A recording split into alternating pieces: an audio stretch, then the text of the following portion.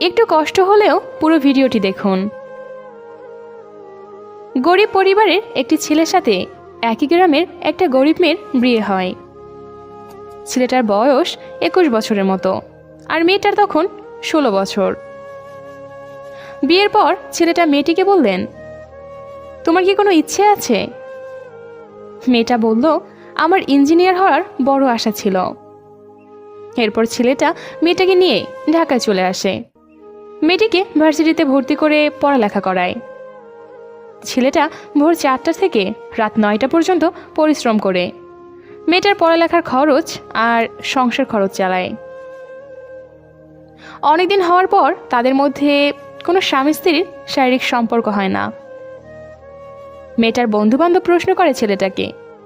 মেয়েটা উত্তর দেয়, সে আমার ভাই। ছেলেটা এখনো রিক্সা চালায়, কখনো দিনমজুরি করে, কখনো ইটভাটার কাজ করে, আবার কখনো কুলির কাজ করে। এভাবে মেয়েটার জন্য, নিজের কথা না ভেবে তার জন্য টাকা রোজগার করে মেয়েটাকে ইঞ্জিনিয়ার বানানোর জন্য। হঠাৎ পরীক্ষা চলে আসলো। মেয়েটা ও ছেলেটার কারো চোখে ঘুম নেই। ছেলেটা রাত দিন মিলে 20 ঘন্টা কাজকর্ম করে, বাকি 4 ঘন্টা সংসারের সব রান্নাবান্না থেকে শুরু করে সব কাজ করে। এভাবে মেয়েটার পরীক্ষা শেষ হয়ে গেল। এরপর ছেলেটা একটু কাজ কমায়। পরীক্ষার ফলাফল মেয়েটায় পাশ করলো, ভালো জায়গায় চাকরি পেল, অনেক টাকা পয়সার মালিক হলো, বড় বাড়ি, গাড়ি, আরও অনেক কিছু হলো মেয়েটার। বিভিন্ন জায়গা থেকে মেয়েটার বিয়ের প্রস্তাব দেয়। কেউ জানে না তার বিয়ে হয়েছে কিনা বা স্বামীকে।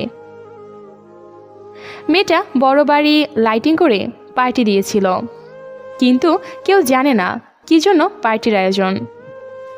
সবাই একই প্রশ্ন, কিসের পার্টি?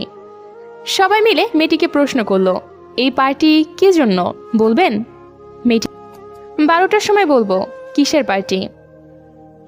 ছেলেটা সেই লুঙ্গি গামছা আর ছেঁড়া একটা জামা পরে বাড়ির কোনো এক কোনায় দাঁড়িয়ে আছে।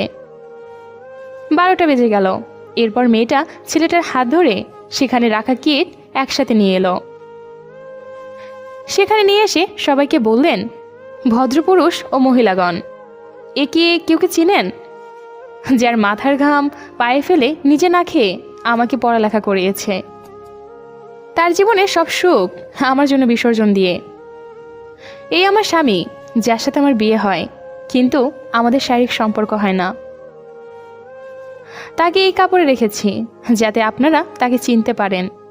এই বাড়ি গাড়ি টাকা তার গায়ের 1 ফোঁটা ঘামের দামও না।